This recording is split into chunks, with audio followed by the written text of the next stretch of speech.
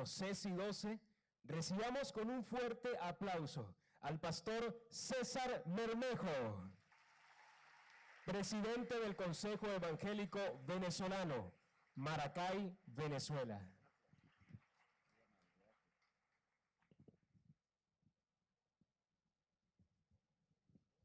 Sí, por aquí, por favor. Gracias. Buenas tardes tengan todos. El Señor continúe bendiciendo todas nuestras vidas en una forma como Él suele hacerlo. Celebramos el que los hermanos se encuentren acá, celebramos poder hacer este congreso estratégico en estos días. Y muy especialmente lo celebramos porque si algo me ha caracterizado en este último tiempo, hermanos, y debo decirlo con mucha fuerza, es la preocupación de este tema de la pandemia, Pastor José. No cabe duda que el tema de la pandemia sigue tocando las puertas porque hay una variedad y mutaciones que hacen que tengamos mucho más cuidado y muy especialmente cuando estamos en espacios como el que nos encontramos ahora, donde tenemos que hacer un gran ejercicio de sobriedad cristiana, especialmente cuando se trata del uso de los medios y mecanismos de bioseguridad. Soy el pastor César Bermejo y tengo el honor de presidir el Consejo Evangélico de Venezuela. Gracias, Pastor José, por la invitación. Créame que he estado pensando muchísimo en la temática.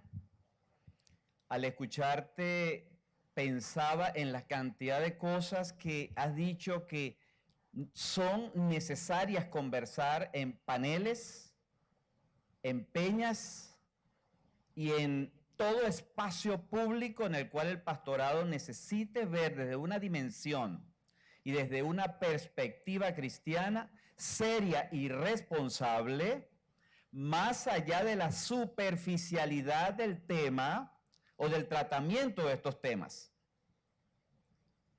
El problema que tenemos como cristianos es que la sociedad demanda de nosotros como pueblo de Dios y ese pueblo que se ha quedado en Venezuela, que necesita ofrecer respuestas significativas a esa sociedad que está trabajando, tratando de crear respuestas, pero que son respuestas antibíblicas, anticristianas. Pero si no tenemos el abordaje apropiado para ofrecer estas respuestas, nos quedamos cortos. Y al quedarnos cortos, pasamos a ser gente intransigente, y además de intransigentes, superficiales. No podemos llegar con el verbo evangélico a los escenarios de conflictividad social.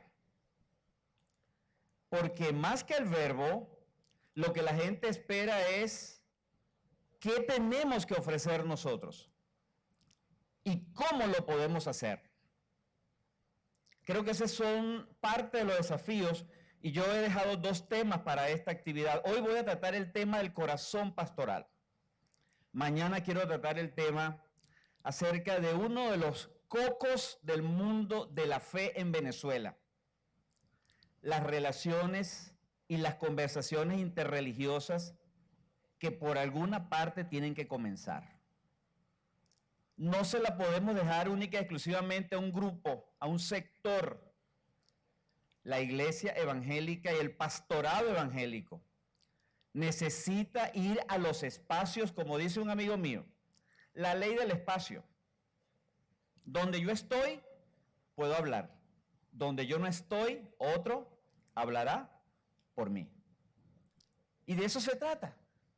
Pero hoy yo quiero hablar del corazón pastoral en este Congreso Estratégico para el Crecimiento de la Iglesia.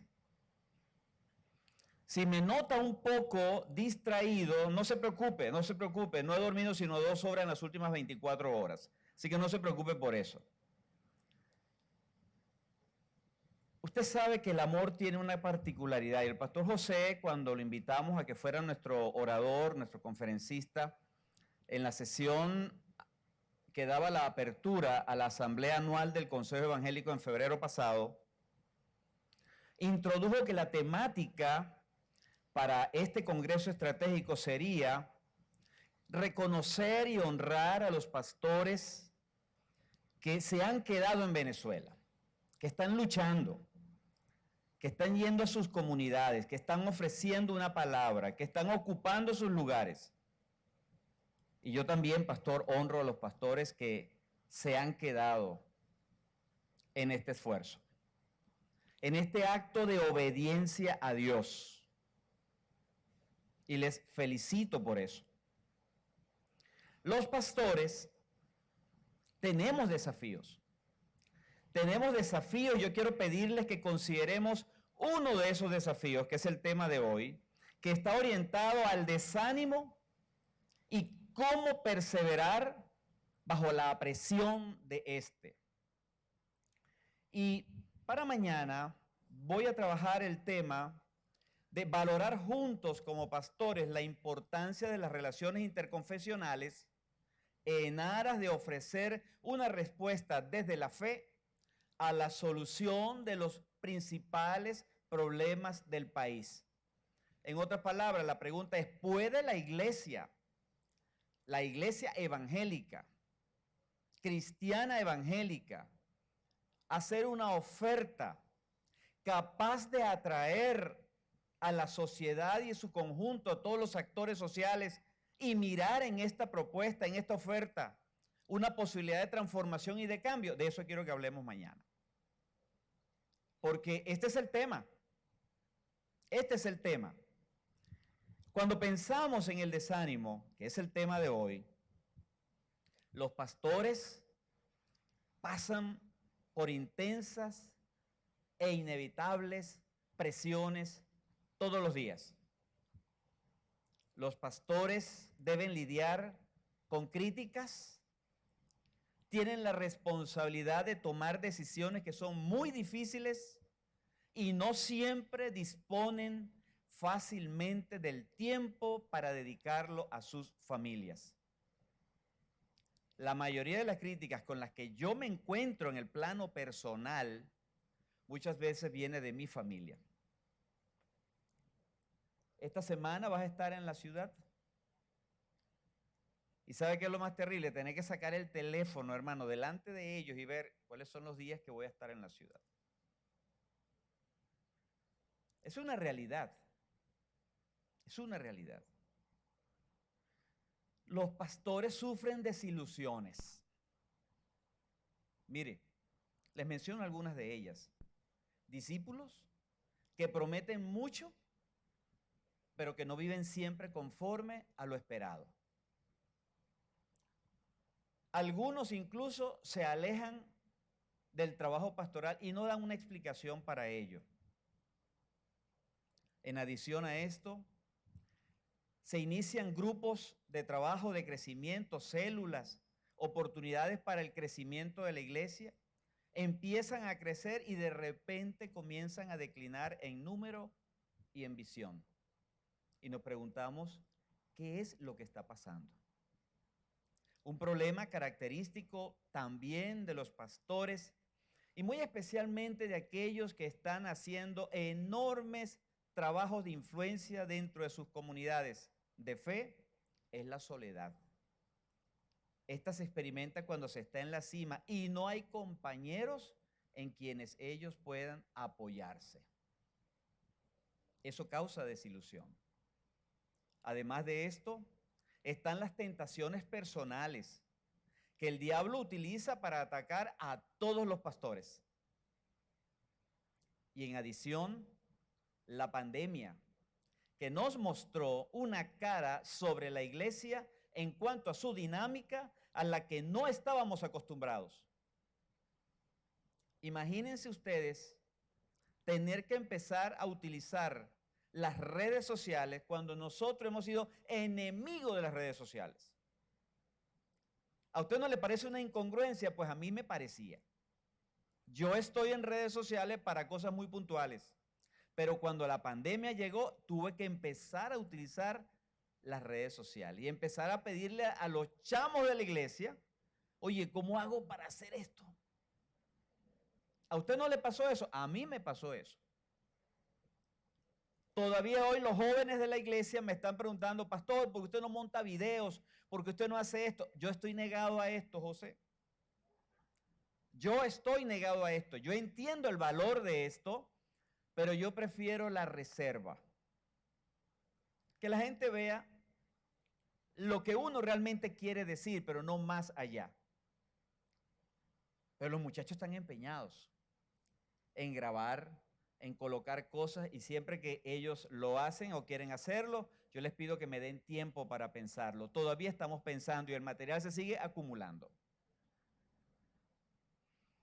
Así que la cara de la pandemia sobre la iglesia y su dinámica nos llevó a hacer cosas a las que no estábamos acostumbrados por causa del cierre de los templos, la suspensión de las reuniones cúlticas y el alejamiento de los distintos grupos, de manera que no podíamos vernos las caras sino hasta que llegase el momento.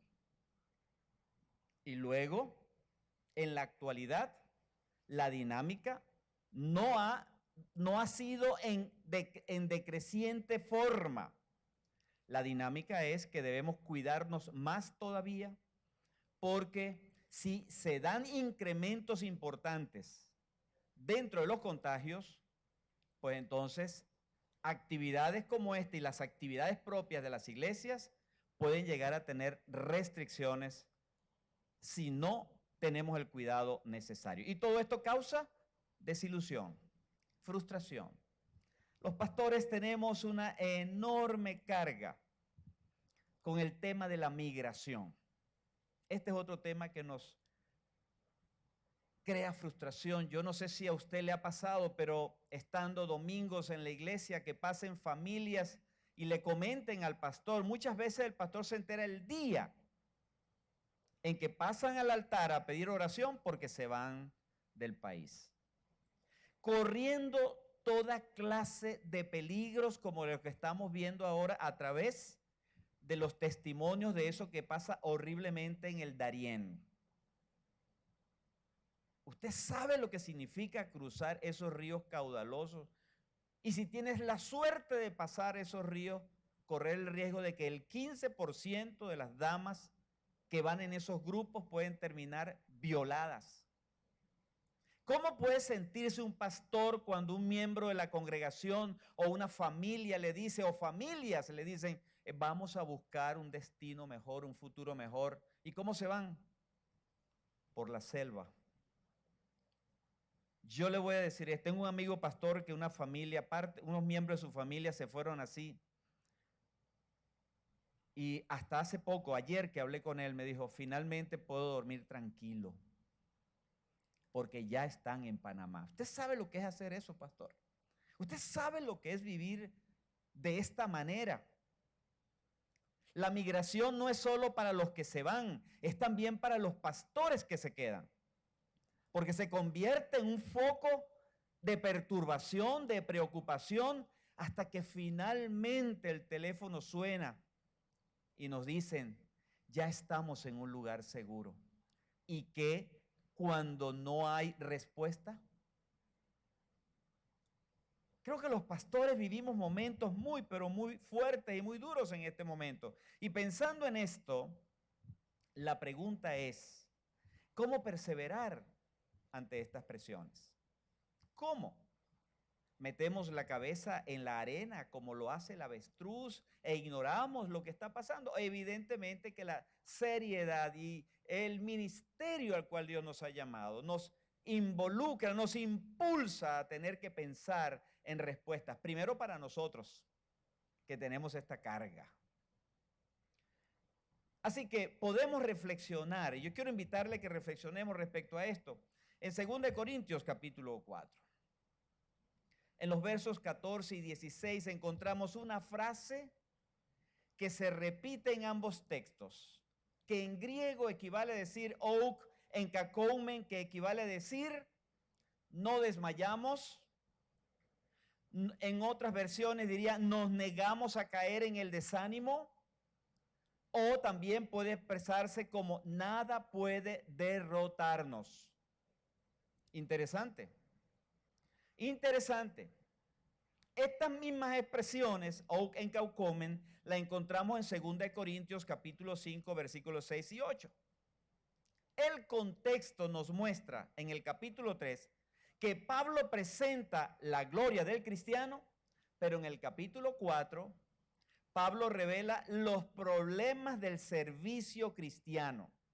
Es como si Pablo nos dijese en el capítulo 3, esto es lo que se vive, esto es lo que se tiene, esto es lo que se espera.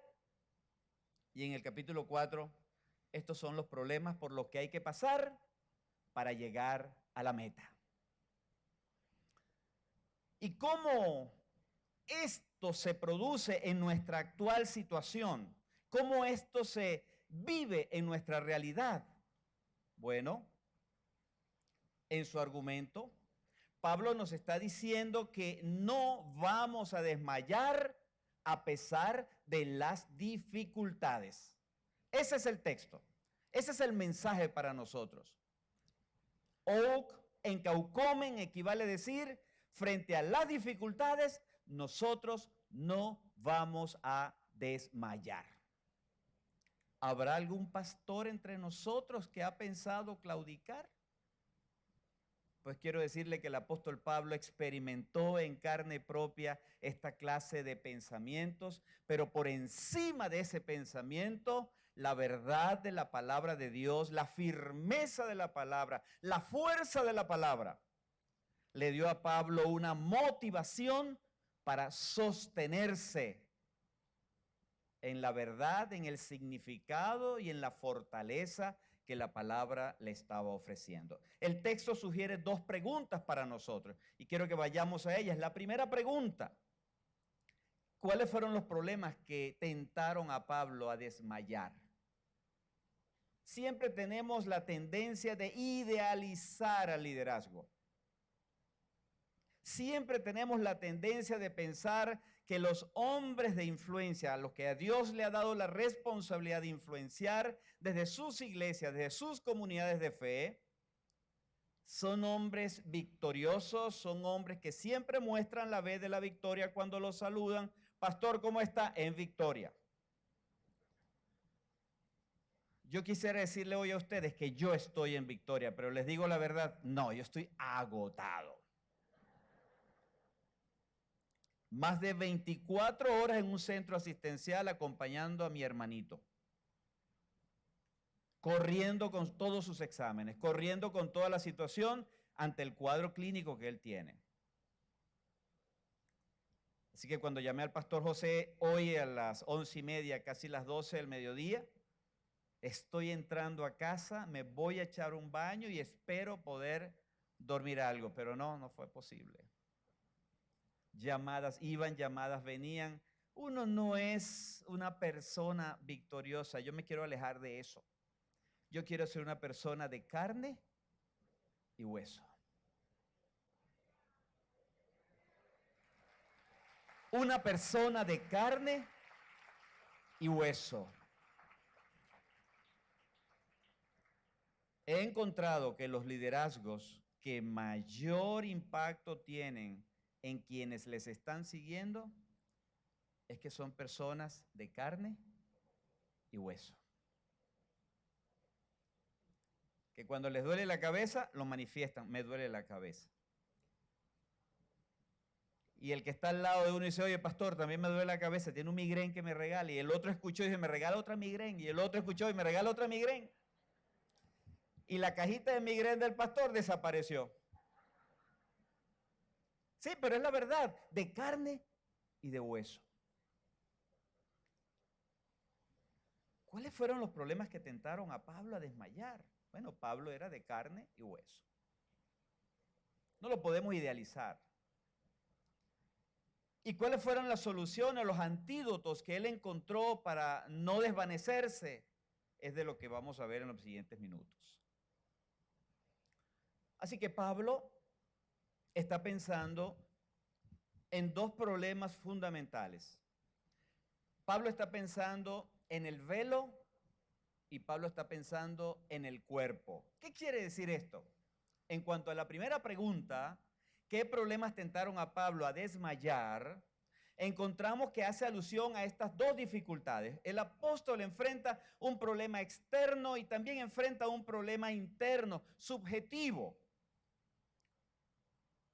Al primero Pablo le llama el velo, que en griego la palabra velo se le llama kaluma. ¿Y qué es este velo? ¿Qué es este kaluma? Que cubre la mente de los creyentes y los ciega a la verdad del evangelio. Y los pastores tenemos una responsabilidad de traer luz, iluminación a la mente y al corazón de los miembros de las iglesias y además con una mayor fuerza a través de la evangelización a un mundo que se niega a conocer a Jesús. A esa tarea Dios nos ha llamado y no es fácil cuando nosotros hacemos una tremenda clase, procuramos una capacidad de motivos y de dispositivos para que las personas entiendan la verdad y las personas salen haciendo todo lo contrario de lo que se les estuvo enseñando. ¿A usted eso no lo desanima, pastor? A mí me desanima. A mí me desanima. Que usted trabaja para modelar, que usted trabaja para informar, para crear procesos dentro de la iglesia local, para que haya un proceso educativo que saque a las personas de la ignorancia y los traiga al conocimiento de la verdad. Y Pablo tenía este problema que consistía en que habiendo predicado el evangelio, muchos no creyeron. Y los pastores se desaniman, ¿sabe? Cuando inician una plantación, un esfuerzo evangelístico para plantar una iglesia y el resultado es, si no es 0, es 1. Y pensamos que no estamos llamados a esto y nos desanimamos y queremos tirar la toalla. No, hermanos. No, Pablo también pasó por allí. Ese era su problema externo. El segundo problema para Pablo era lo que él llamaba el cuerpo. El griego, la palabra cuerpo es soma.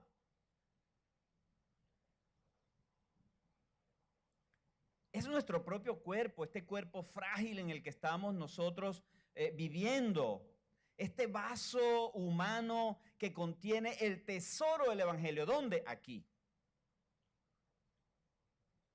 Este cuerpo está llamado a honrar a Cristo. Esta lengua está llamada a honrar a Cristo. Nuestras acciones en su conjunto están llamadas a honrar a Cristo. Por tanto, el tesoro del evangelio está en nosotros. En un cuerpo que dice el apóstol Pablo que está plagado de fragilidad y mortalidad. Un cuerpo frágil, nos cansamos, nos enfermamos y también morimos. Algunos no piensan que van a morir. Esa es una fantasía, por cierto. La verdad es que no sabemos cuándo vamos a morir, eso sí es verdad. Pero de que vamos a morir, vamos a morir. El asunto es, ¿qué hacemos con nuestra vida antes de partir de este mundo? ¿Cómo quiere que usted sea recordado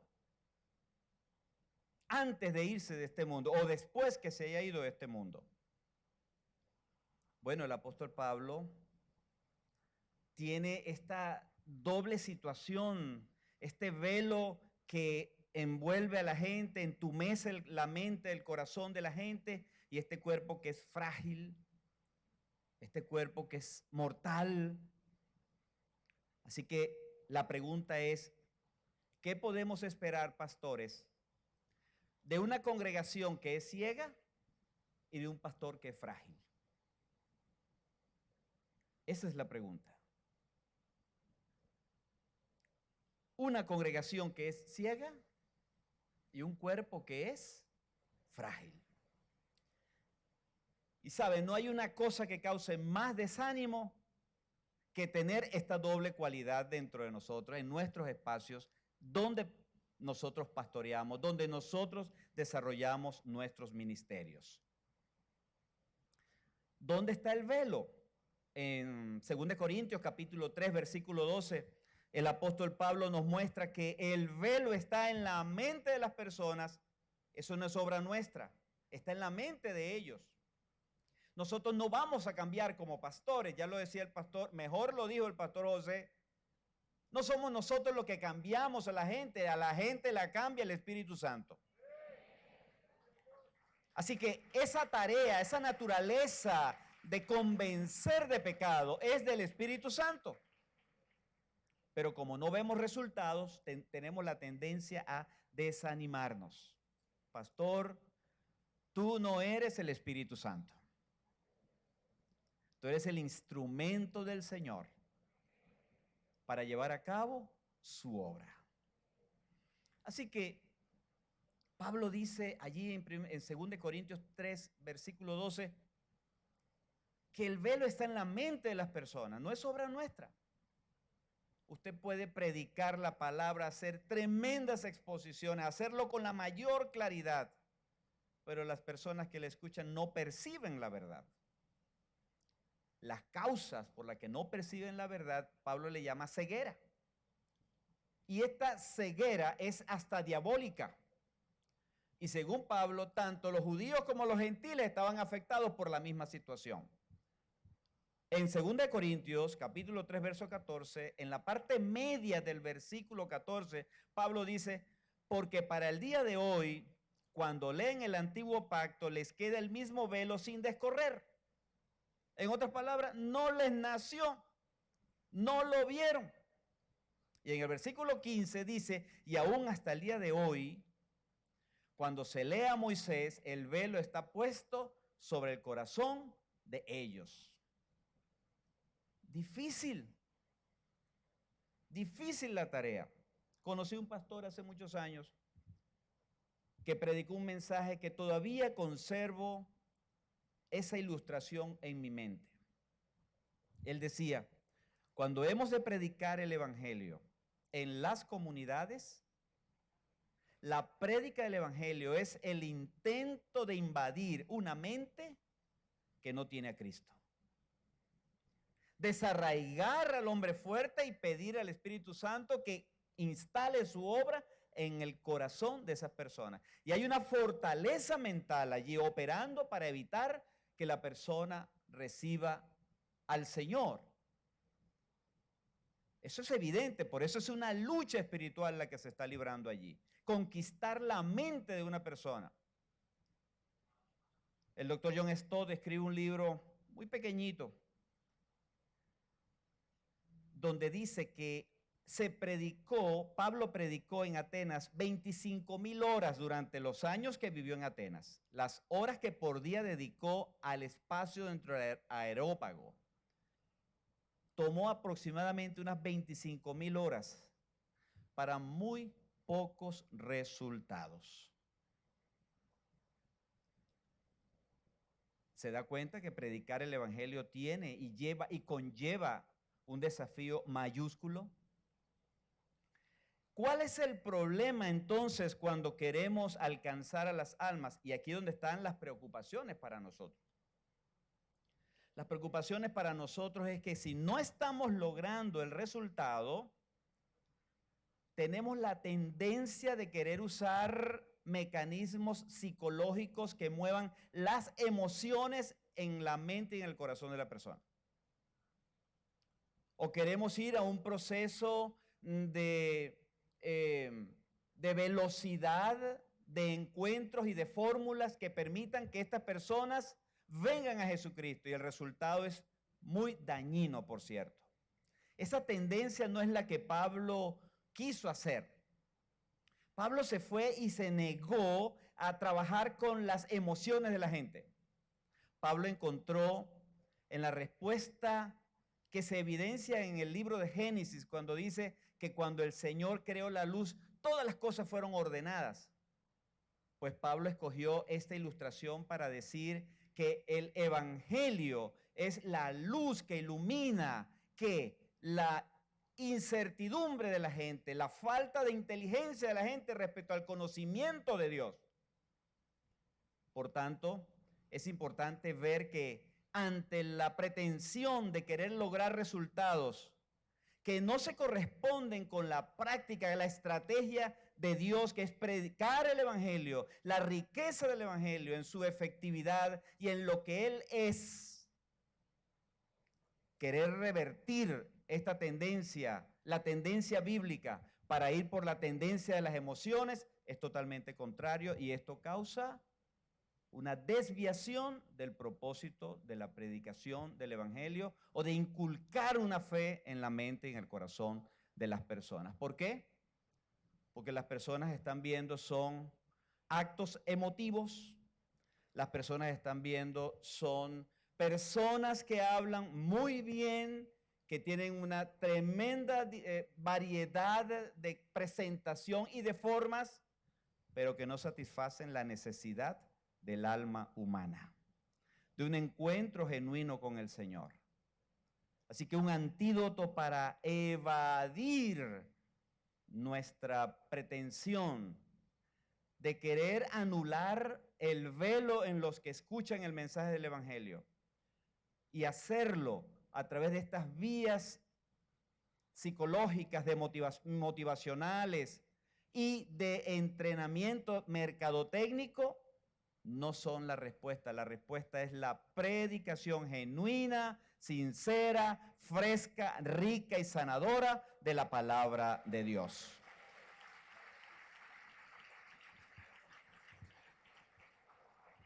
Ahora el apóstol Pablo introduce el tema del cuerpo y usa esa expresión tan linda.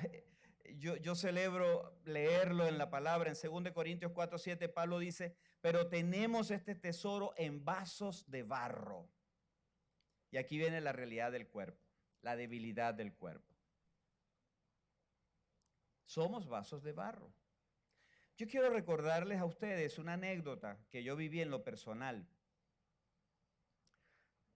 En el año 2015 nosotros en el Consejo Evangélico hicimos un trabajo que consistió en hacer frente a una futura propuesta que estaba en camino en la Asamblea Nacional del 2015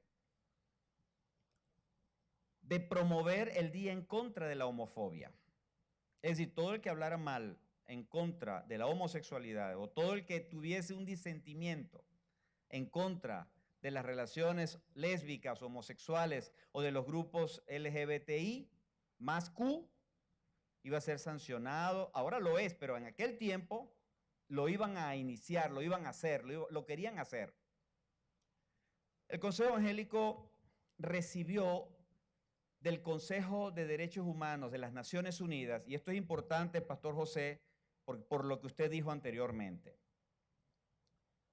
Usted dijo que le gustaría saber cuáles son las iglesias que están trabajando y pensando cómo educar y cómo fortalecer el papel de la familia antes que atribuirle debilidades, que es lo que los grupos LGBTI más Q están promoviendo.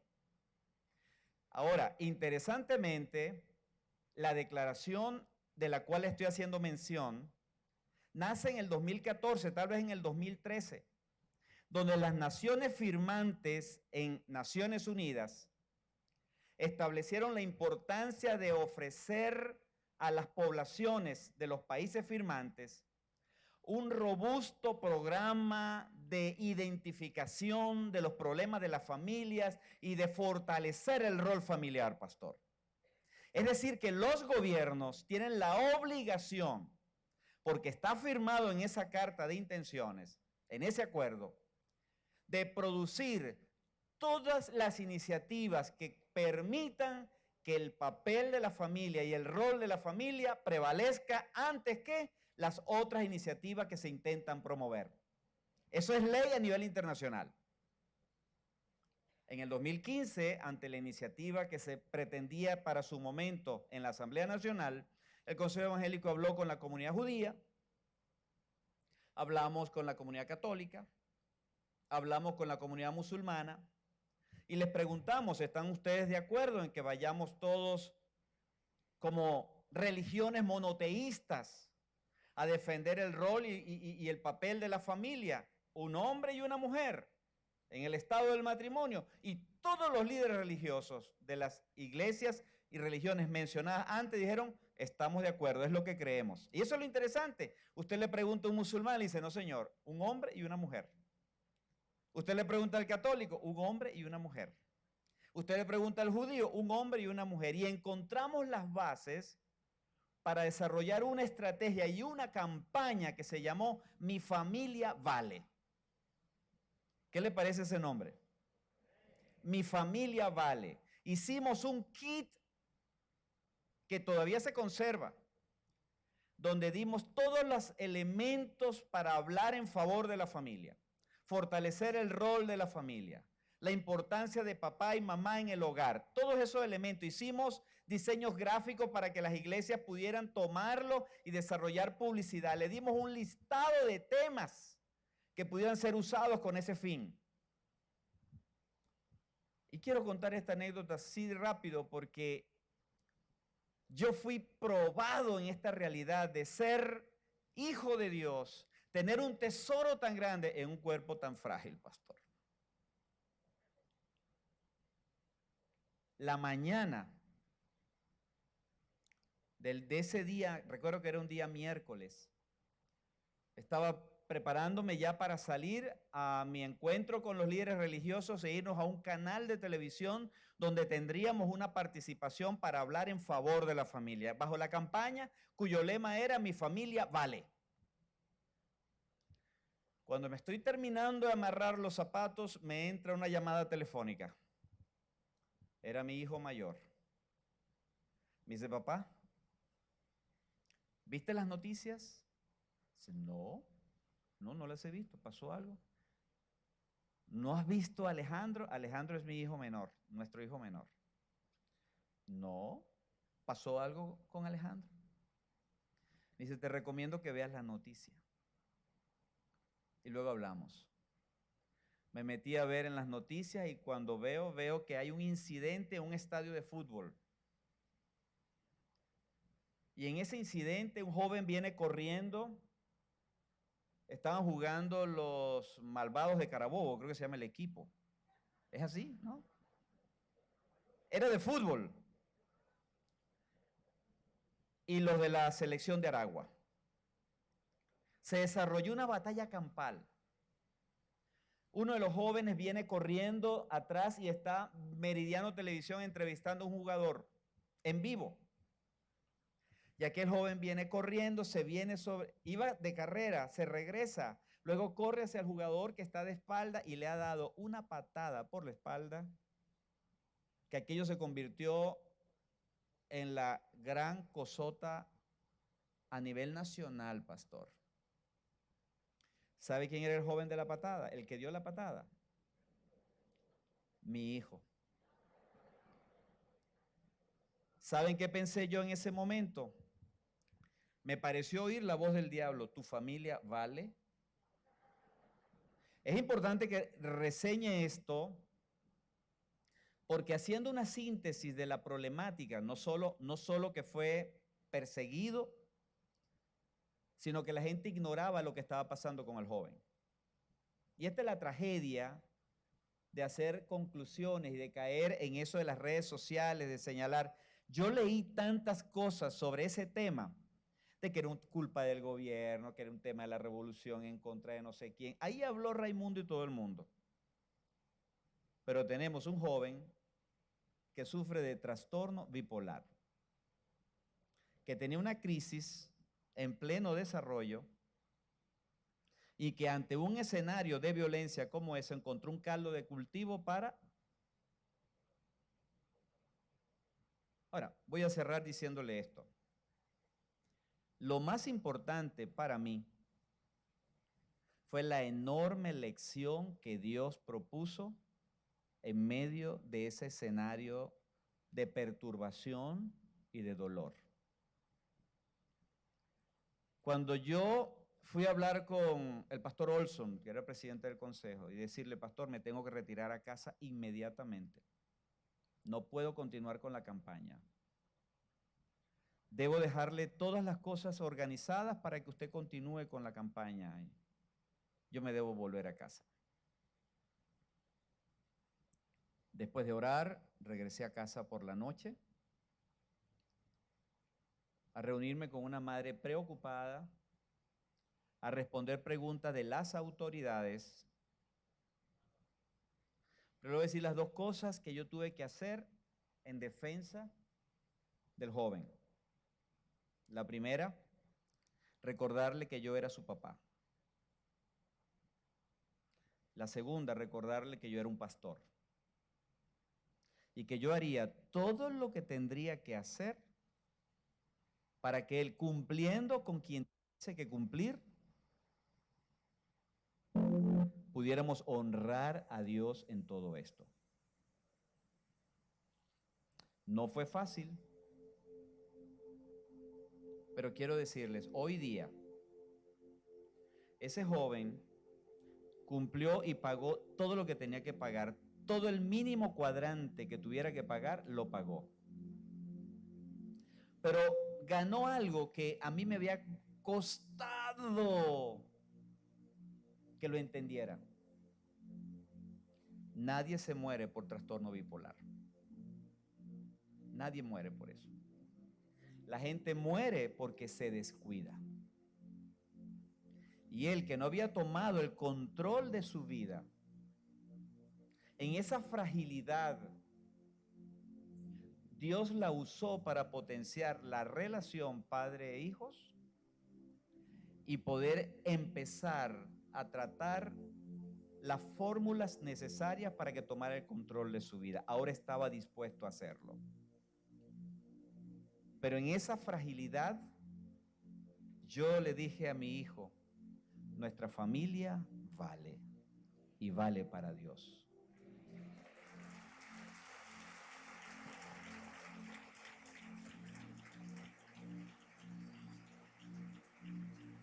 Cuando hago mención de esto, es por lo que les explicaba al principio. Muchas veces nos acercamos a los liderazgos y a los pastores pensando que los pastores tenemos que ser exitosos. No, pastores. No evadamos los problemas del hogar. En evadir, lo que hace es prolongar la dura marcha de la falta del reconocimiento al problema. Eres de carne y hueso. Eres frágil. Pero en ti está un tesoro muy grande, muy valioso.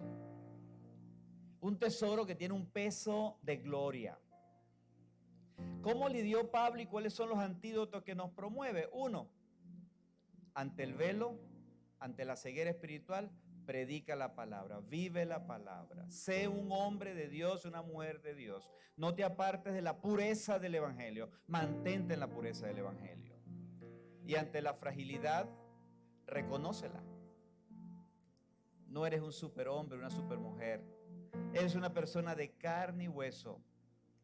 Y lo lindo de todo esto es que el apóstol Pablo dice algo que usted conoce muy bien.